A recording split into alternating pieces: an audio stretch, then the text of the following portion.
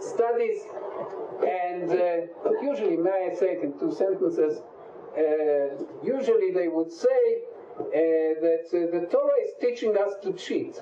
You know, Jews, they survive by cheating, you know. So Yaakov Avinu is cheating, not Avinu, Yaakov, the father of the Jews, is cheating his father, he's cheating his brother, and he's not punished. Which means that we don't blame Yaakov, we blame the Torah.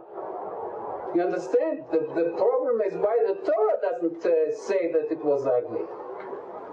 So Buber lives in this environment, and he asks himself, really, why does not the Torah blame him?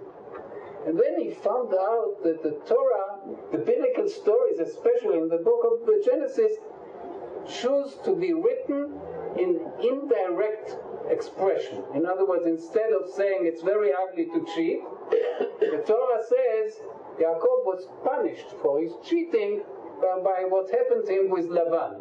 And there is a symmetry between what he did and what happened to him. So if you know to read biblical stories, you see that the Torah is speaking, but in an indirect, so to speak, hidden way. So he discovered, Buber, that one of the hidden ways of biblical expression, narrative expression, is the guiding word. A guiding word means there are two kinds of it. He wrote a very famous article. He said there is an internal guiding word and there is an exterior guiding word. An internal guiding word is that the word is repeated in the same story in a very strong way, and you realize that this word is guiding you in understanding the inner meaning. And I tell you, the word Hineni appears 3 times in the story and is the backbone of the story. Without Buber, I would never understood what I will try to explain to you. But there are other guiding words. For instance, the word son, ben, is repeated 10 times in the story. The verb to see is very dominant in the story. So these are internal guiding words, milah mamchayim. But there are also exterior. And the exterior guiding words are very uncommon terms which appear in 2 stories and make a connection between the 2 stories by being nadirim, how do you say? Rare. By being so rare. So you read Lech Lecha, first time you don't know that it is a rare expression.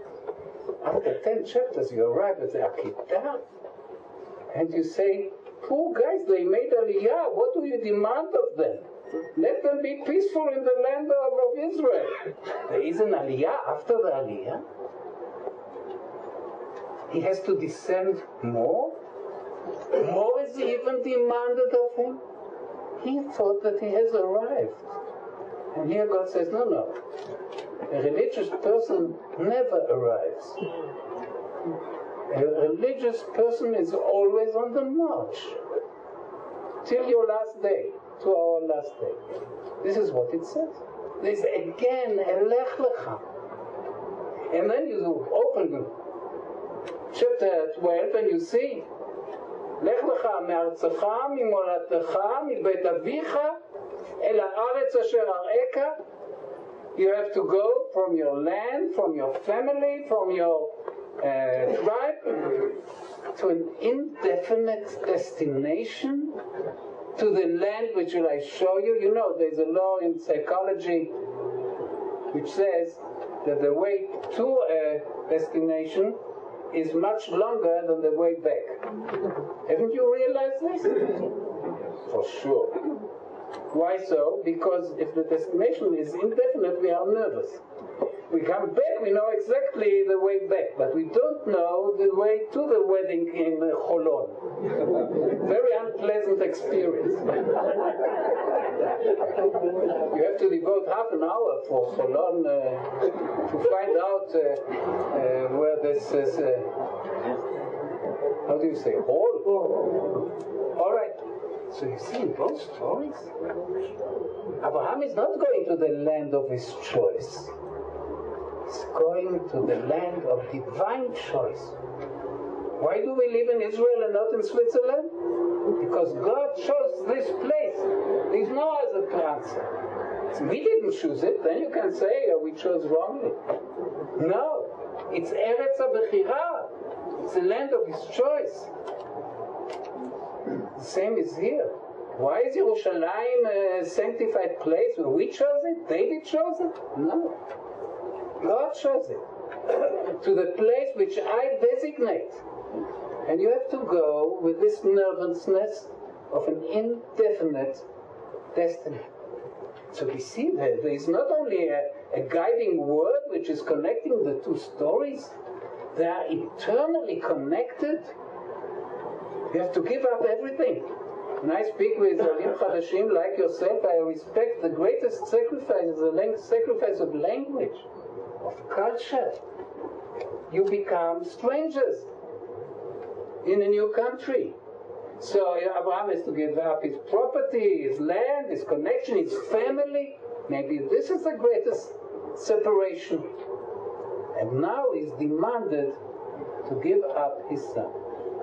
And the two stories continue. They are structured in a parallel way. Then Abraham builds an altar in Eretz Israel, and here he builds an altar in Har Moriah. And at the end of the story, he is blessed with many children, and the end of our story is also blessed with many children. So Buber says, if the stories are so similar, we have to ask ourselves whether they are so different, and this is very important. Whenever we make comparisons, we have to ask what is similar and what is different. And he says, the first Lech Lecha is a rational one. You sacrifice the present and the past for the sake of the future. This is rational. You want to come to the land of Israel, you sever yourself from the past, from your friends, from your families, from the landscape. You sever yourself also from the present, for the sake of the future. Every student who goes to university does a very rational thing. He sacrifices 4 years of the present for the sake of having a degree and a better life in the future. This is rational. So when Abraham is demanded in Lech Lecha to give up everything, this is rational. Because he wants to be a new beginning. If you want to be a father of a nation, you have to stop to be a son of the former nation. The cutting off is rational. So he gives up his parents, he gives up his brother, and in chapter 21, he gives up his firstborn child. All for the sake of Yitzchak, who is the future. But now he is demanded to give up the future, which is crazy. Outright crazy. What do I mean? It's irrational. And God made an oath to him, promised him in chapter 21, expel Ishmael, ki beYitzchak yikare lecha zara. For in Yitzchak you will have your seed, you will have your continuation. So he has a promise. And now God, how do you say, breaks this promise and says, no, I want also Yitzchak. So it's a very demanding story. It means that Abraham is demanded not only to give up his son, his only son whom he loves, he has to give up his understanding of God, his rationality. He has only one option open, or to obey or not to obey.